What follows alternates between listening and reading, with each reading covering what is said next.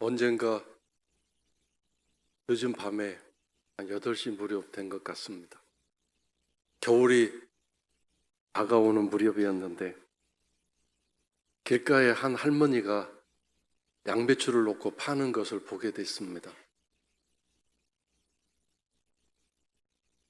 가로등 불빛이 밝은 것도 아니고 가까운 거리도 아닌데, 그런데도 그 보이는 양배추는 싱싱한 것과는 거리가 멀어 보였는데, 그 할머니가 파는 양배추는 딱 한 개였습니다.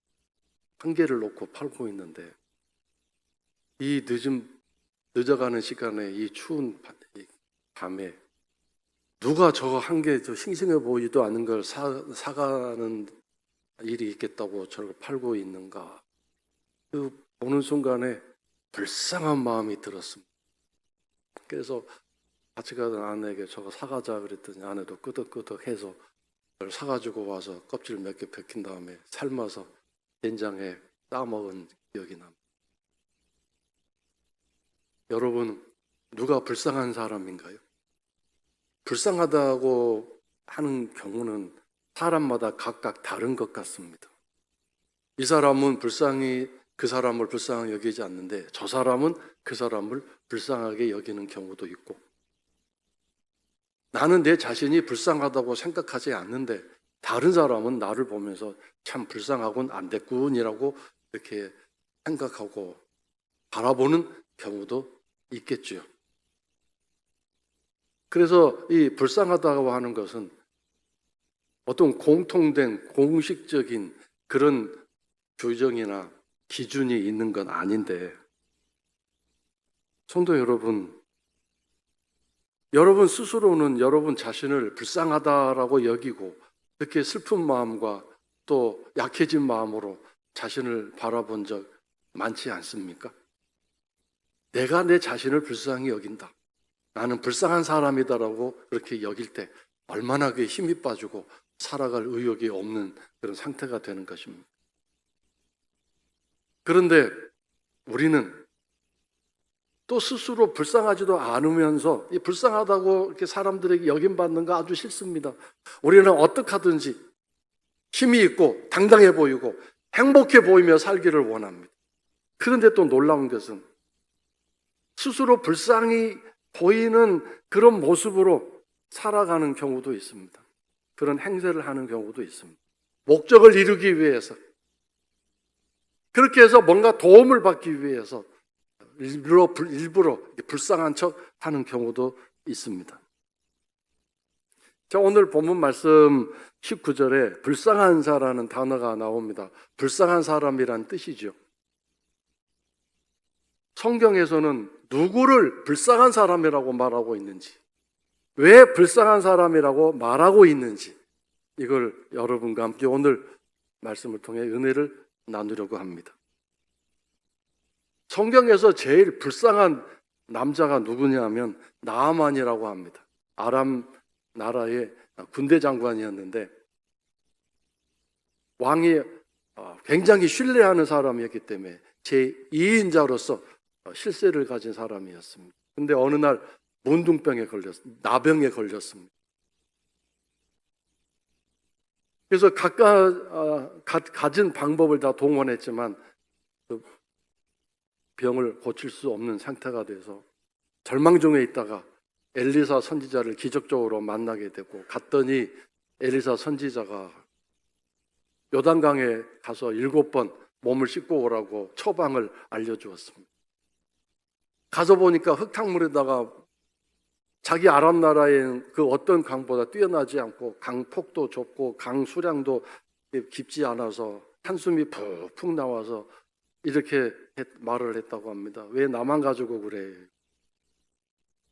왜 나만 문둥병에 걸려가지고 나만 요단강에 들어가야 돼? 이렇게 하다가 제일 불쌍한 사람이 나만 장군이라고 말합니다. 너무 썰렁합니까? 제가 원래 유머를 안 하는데 하려다 보니 저도 좀 어색합니다.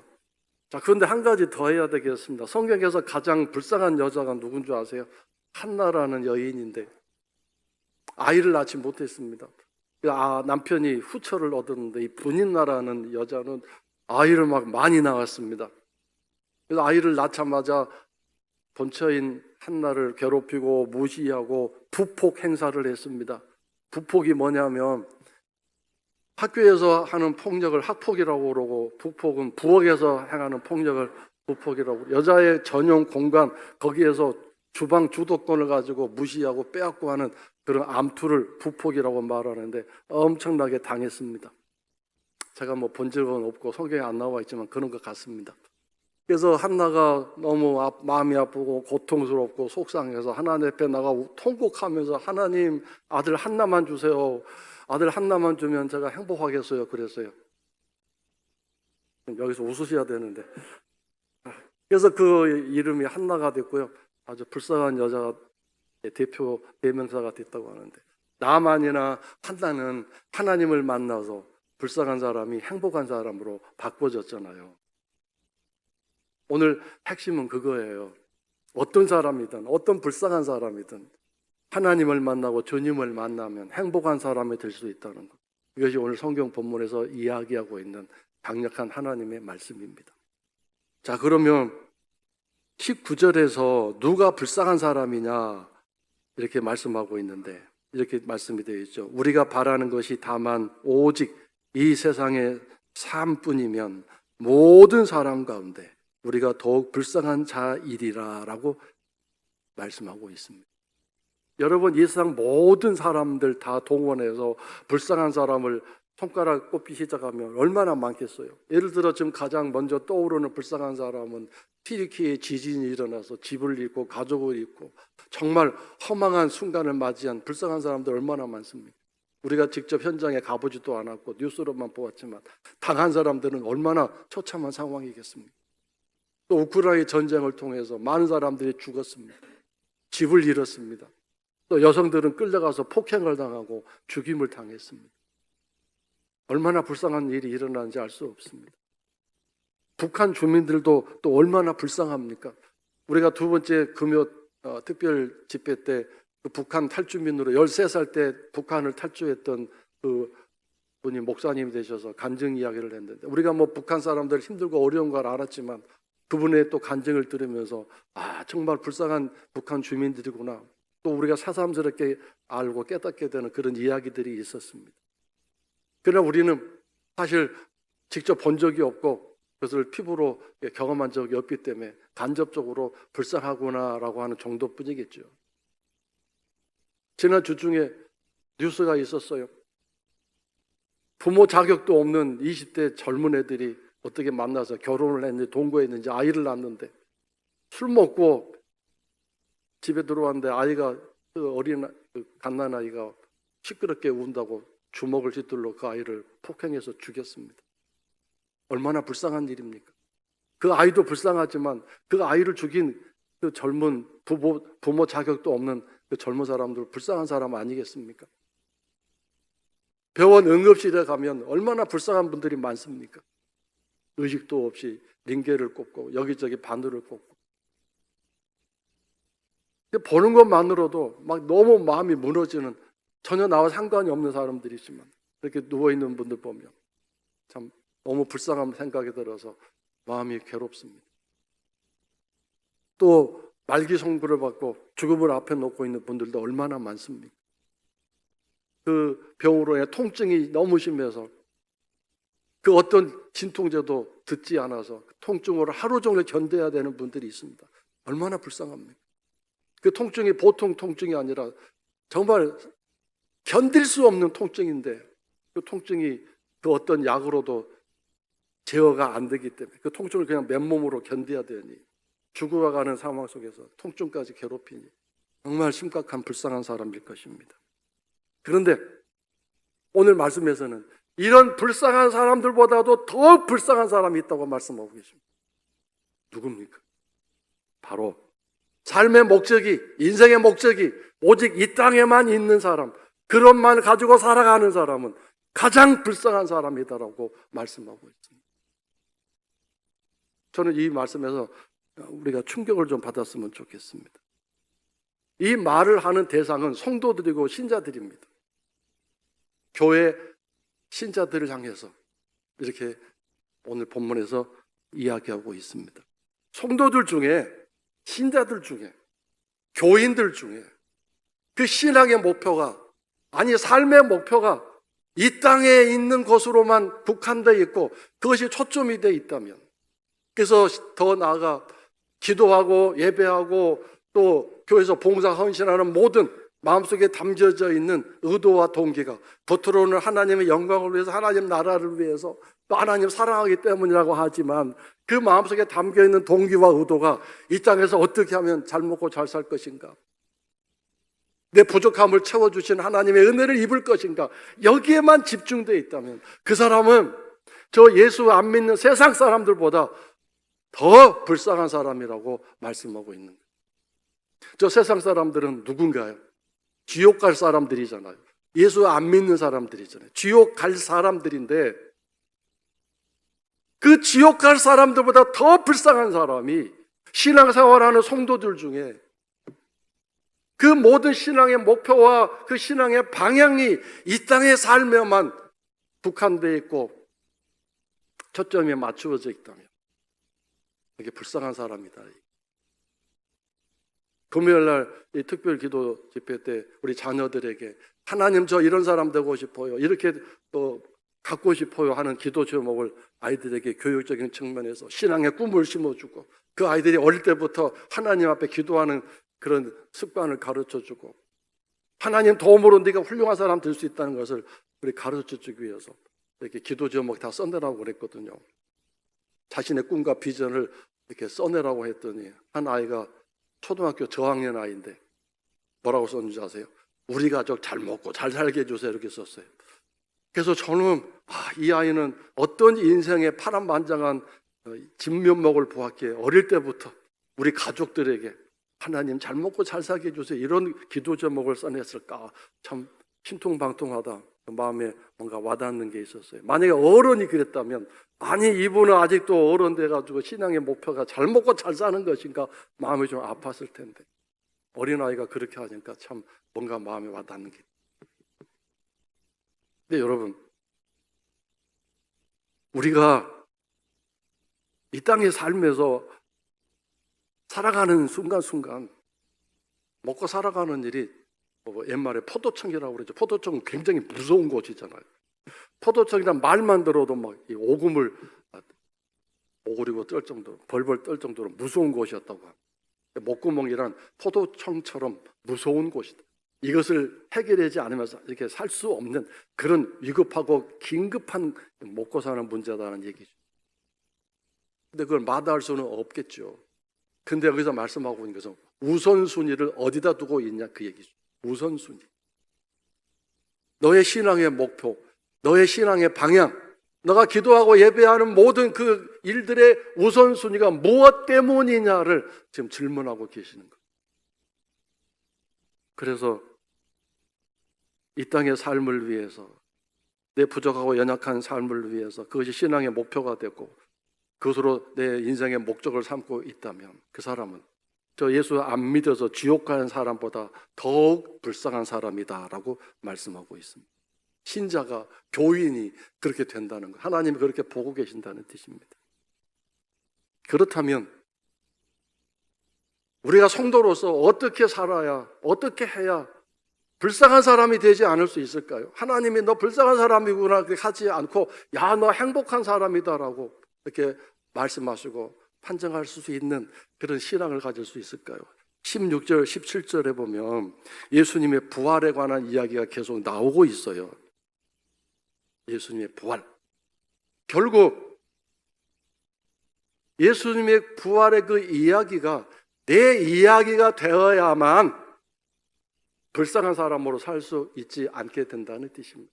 신앙의 목표나 신앙의 내용이 무엇으로 달라질 수 있느냐 하면 예수님의 부활 사건이에요. 놀라운 일이죠.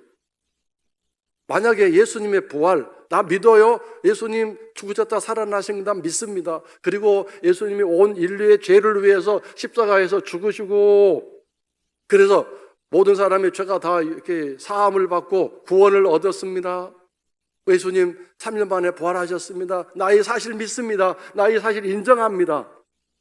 그런데 그 예수님의 죽으심과 부활의 사건이 내게 와서 내 이야기가 되지 않으면 결국 우리는 이 땅의 삶에 초점을 맞추고 이 땅이 전부인 것으로 생각하면서 신앙생활을 할 수밖에 없게 되고, 아무리 열심히 신앙생활하고 거기에 헌신하고 봉사하는 일이 있다 할지라도 그것은 결국 하나님 보시기에 불쌍한 사람이 될 수밖에 없다는 얘기입니다. 왜냐하면 예수의 부활의 사건이 내 이야기가 되고 그것이 능력이 돼서 나를 이끌어가지 않으면 절대로 우리는 변화될 수 없는 거거든요. 왜냐하면 예수님의 부활의 이야기가 내 이야기가 된다는 건 뭘 의미하냐면 그것이 내 인격에 들어와서 내 인격을 바꾸고 영향을 미치는 것을 말합니다. 감정이나 기분에 영향을 주는 것이 아닙니다. 그 정도가 그 부활의 능력을 말하는 것이 아닙니다. 내 인격에 영향을 미쳐야 됩니다. 그래서 인격적으로 주님 만난다고 말합니다. 그런데 여러분, 사람의 인격, 사람의 격 바꿀 수 있습니까? 불가능합니다. 어렵습니다. 아주 어린 아이라면 모르겠습니다. 잘 바꿀 수 있습니다. 인격이 형성되는 과정이기 때문에. 그러나 여러분과 나는 이미 살 만큼 살았고 굳을 대로 굳어졌고 살아온 인생 경험이 있기 때문에 이 인격, 이 성격 누가 고칩니까? 누가 바꿀 수 있습니까? 아내가 할 수 있습니까? 남편이 할 수 있습니까? 저거 성질머리 고치겠다고 자녀들 쥐잡듯이 해보세요. 고쳐지나? 안 고쳐집니다. 근데 어느 날 주님의 그 부활의 이 사건이 내게 들어와서 내 인격에 영향을 미쳐서 내 인격을 바꾸고 변화시켜서, 그러면 인격이 바뀌는데 삶의 내용이 안 바뀌겠습니까? 인격이 바뀌었는데 예배의 내용이 안 바뀌어지겠습니까? 인격이 바뀌었는데 기도 생활과 모든 살아가는 일들이 안 바뀌겠습니까? 바뀌죠. 사람 격이 달라져 버렸는데. 이것이 바로 부활의 능력입니다. 능력. 예수님이 십자가에서 죽으시고 3일 만에 부활하셨습니다. 죽음의 권세, 죄의 권세를 다 깨뜨려주고 부활하셨습니다. 이 얘기는 할 줄 아는데 그 십자가의 능력, 부활의 능력은 뭐 찬양하고 예배할 줄은 아는데 왜 그 이야기가 내 얘기가 되지 못하냐 이거죠. 그러니 하나님 보시기에 우리가 좀 불쌍한 신앙생활을 하고 있는 형편이면 얼마나 지금 안타깝고 좀 어리석은 삶을 살고 있는 것입니다. 우리는 신앙생활을 하면서 예수 그리스도를 믿기 때문에 신앙생활을 하느라고 하고 싶은 것 못하고 하기 싫은 것 해야 하고, 저 예수 안 믿는 사람들보다 사실은 재미없게 살 때가 얼마나 많고 제한도 받고 자유롭게 살지 못하는 일이 얼마나 많습니까? 그런데 우리가 저 예수 안 믿는 사람들보다 더 불쌍한 사람으로 지금 살고 있다는 게 기가 막힌 거 아닙니까? 여러분과 내가 나 불쌍한 사람 아니야 라고 인정할지 몰라도, 인정하기 싫어할지라도 내 삶에 예수 그리스도의 부활의 능력이 살아있고 능력이 역사되고 그 예수 그리스도의 부활의 능력이 내 삶을 바꾸어 나가는, 내 성품과 인격을 바꾸고 영향력 끼치는 일이 없다면 우리는 자동적으로 이 땅의 삶에 초점을 맞추고 이 땅의 삶에 목표를 두고 살아갈 수밖에 없는, 그렇게 세팅이 되어 있는 사람들입니다. 우리가 어떻게 저 하늘나라를 바라보고 어떻게 저 부활의 주님, 재림의 주님을 바라볼 수 있습니까? 그 부활의 주님의 능력이 내 안에 들어와야만 우리가 이 땅의 삶을 여기에 발딛고 살고 있지만 본능적으로 자동적으로 그것을 바꿔서 하늘나라를 바라보고 천국을 바라보고 그 삶을 향하여, 그 인생을 향하여 걸어가게 만드는 것입니다. 그것이 능력입니다. 그것이 부활의 능력이고 십자가의 능력입니다. 예수님이 십자가에서 죽으시면서 얼마나 많은 고통과 고난과 배신과 음모 속에서 죽으셨습니까? 육체적인 고난, 정신적인 고난을 얼마나 많이 겪으셨습니까? 그 마지막에 죽기까지 하셨습니다. 음부까지 갔다 오셨습니다. 그런데 그 모든 것들을 부활하심으로 다 깨트려 버리시고 다 박살내셨습니다. 엄청난 능력입니다. 그 능력이 예수님에게 임했던 그 능력이, 예수님이 행하셨던 그 능력이 우리가 그 부활의 주님을 믿고 소망하게 되고 그 주님과 함께 살게 되면 그 능력이 나에게도 역사가 될 것입니다. 그 삶이 아무리 힘들고 어려울지라도, 누가 나를 핍박하고 나를 죽이려고 하는 고통 속에 있을지라도 절대로 굴복하지 않습니다. 믿음 떨어지지 않습니다. 신앙생활 게을러지지 않습니다. 더 열심히 기도하게 하고 더 열심히 하나님 말씀 묵상하게 하고 찬송하게 하는 사람으로 나를 이끌어갈 것입니다. 얼른 보기에는 패배한 것 같고 지는 것 같고 손해당하는 것 같고 힘이 없어 약한 것 같지만 부활의 그 능력을 가지고 살아가게 되면 결국 마지막에 승리하는 사람은 그 사람입니다. 왜요? 내 힘과 내 능력으로 하는 것이 아니라 그 주님의 능력, 모든 배신과 음모와 죽음의 권세를 깨뜨려 버리신 그 주님의 능력이 내게, 내 삶에 영향을 미치고 나를 이끌어가기 때문입니다. 그래서 부활의 주님의 능력이 함께하는 사람은 잘 참을 수 있고 잘 견딜 수 있고 잘 섬길 수 있고 잘 인내할 수 있고 다른 사람보다 내 자신을 더 낮추면서 예수 그리스도의 말씀대로 살려고 이렇게 달려나갈 수 있는, 내가 보기에도 참 신기한 삶을, 내 힘으로 할 수 없는 놀라운 일들이 내 삶 속에서 일어나게 됩니다. 참을 수 없었던 사람이 참게 되고, 베풀 줄 몰랐던 사람이 베푸는 사람이 되고, 남을 배려하지 못했던 이기적인 사람이 왜 그렇게 섬세하게 남을 배려하고, 내가 너무 이기적이구나, 그런 나의 생활을 깨닫게 되는, 그 부활의 능력이 임하여서 일어난 일들인 것입니다. 그러므로 여러분, 예수 그리스도의 부활의 사건이 내 삶 속에, 내 마음 속에 없으면 그 신앙생활을 하는 거라고 할 수가 없습니다. 예수 그리스도의 부활은 우리에게 아주 중요한 하나님의 능력이고 주님의 사랑입니다. 그러므로 이제 그 부활의 능력이 내 삶에 임하도록 기도하셔야 됩니다. 하나님, 그 주님의 부활이 나의 삶에 와서 나를 인격적으로 만나게 해주세요. 나 좀 만나주세요. 나 좀 변화시켜 주세요. 내 인격과 성품이 달라지게 하시고, 내 어렵고 힘든 삶에서 나 몸이 많이 아파요. 난 지금 돈이 없어서 너무 힘들어요. 근데 그 주님의 부활의 능력이 내 삶에 와서 이 아픈 몸 통증 잘 이기게 해주시고, 이 가난도 잘 견디게 해주시고, 나를 힘들게 하고 어렵게 하는 사람들이 있는데 그 잘 견디고 또 견뎌서 결국 내가 승리하는 부활의 아침 맞이할 수 있도록 그들 앞에서 내가 당당히 주님이 아무 힘 없이 당하시고 아무 힘 없이 그것을 몸몸으로 견디시고 패배하신 것 같고 지는 것 같았지만 부활의 아침엔 멋지게 승리하셨던 거죠.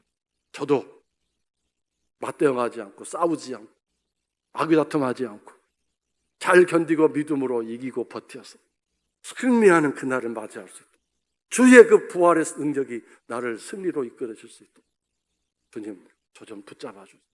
부활의 능력을 내 삶에 허락해 주세요. 이렇게 열심히 기도하셨어요. 성도 여러분들의 삶 속에 말로만 예수의 십자가, 부활, 십자가의 능력, 그게 아니라 정말 내가 경험하고 누리고 체험하는 여러분 삶 속에 살아있는 주님의 부활의 능력, 부활의 아침이 날마다 계속되실 수 있기를 주의 이름으로 축원합니다.